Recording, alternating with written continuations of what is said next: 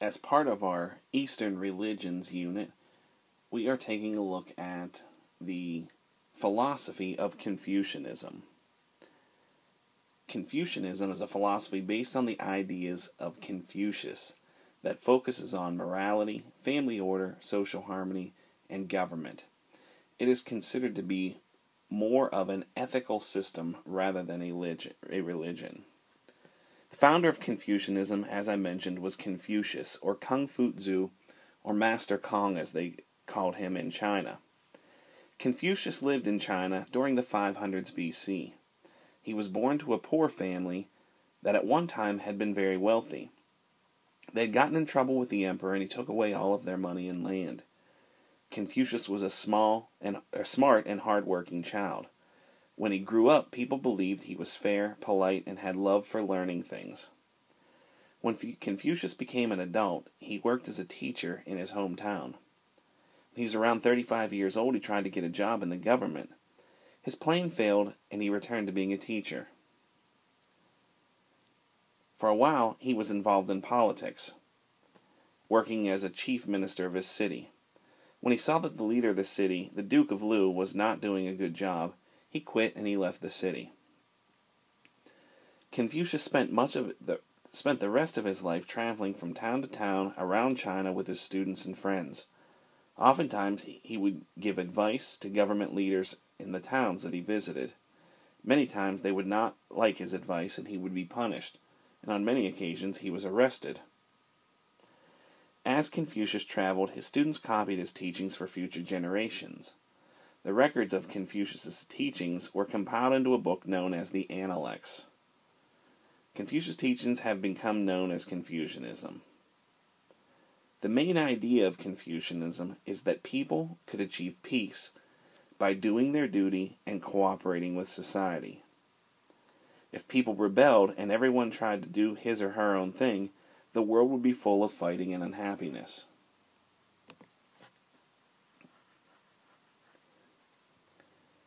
Confucius believed that it was important that everyone know how to behave in society. Each person living within society had a specific role that came with certain duties that he or she needed to fulfill. It was from this idea that he developed the 5 Confucian relationships. According to Confucius, there were 5 major human relationships that needed to be cultivated.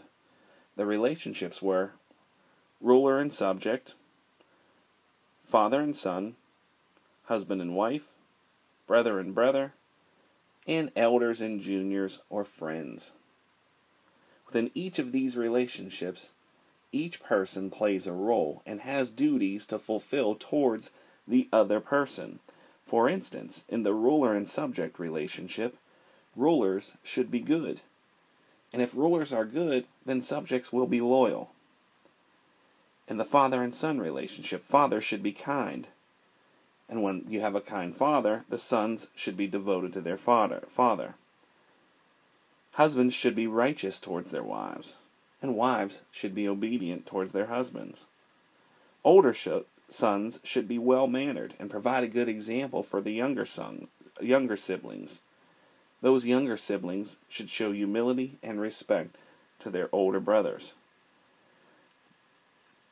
In the elders and juniors relationship, elders should be humane, and juniors should show respect. The 5 relationships were developed to help people know their role in society. All of the relationships, except the last, involve authority of one person over another. Power and the right to rule belong to superiors over subordinates, older people over younger people, men over women. Each person has to give obedience and respect to their superior.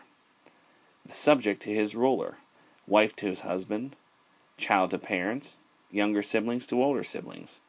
The superior, however, owes loving responsibility to the inferior.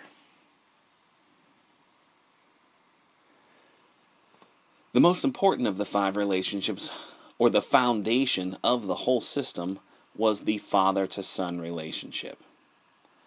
Confucius felt that all people had the ability to be perfect. And the way that you became perfect, that you reached that perfection, was to strive to be a junzi, or superior man. If all men worked towards being superior, society could be perfect as well.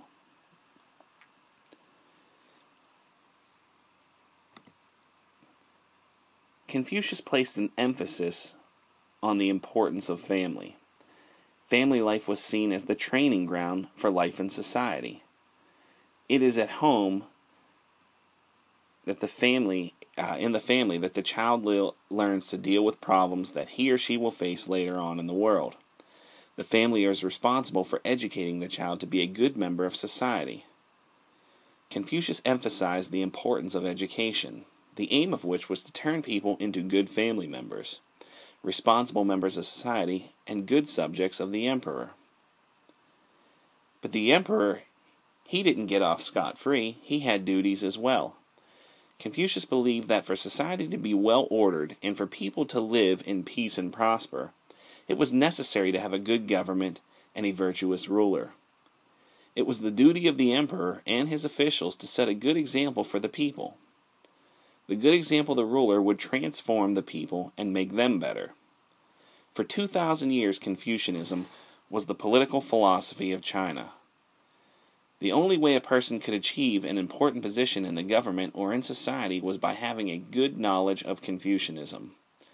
To become a government official, it was necessary to pass a difficult civil service exam based on the ideas of Confucius.